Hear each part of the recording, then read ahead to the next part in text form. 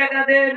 ও ভাই, তোমাকে তো দেখে ভালো মনে হচ্ছে ভাই, আমি 10 দিন ধরে কিছু খাইনি গো ভাই, কিছু দাও ভাই দাও।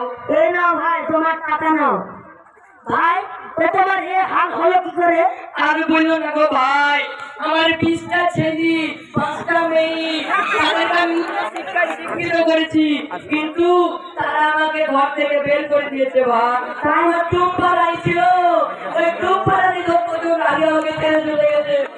ও ভাই, এত কষ্ট আমি কোথায় রাখবো? তাই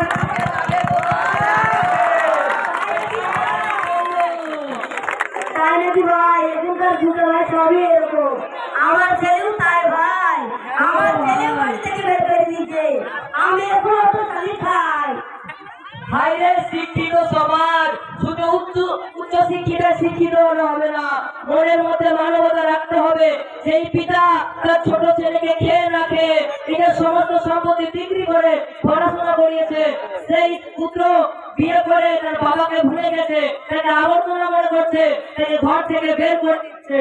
তাই আমরা আজকে শপথ করি যে আমরা বড় হয়ে মানুষের মতো মানুষ হয়ে আমাদের পিতা মাতাকে কোনোদিনও ভুলে যাব না, তাদেরকে আবর্জনা মনে করে ঘর থেকে বের করে দিব না।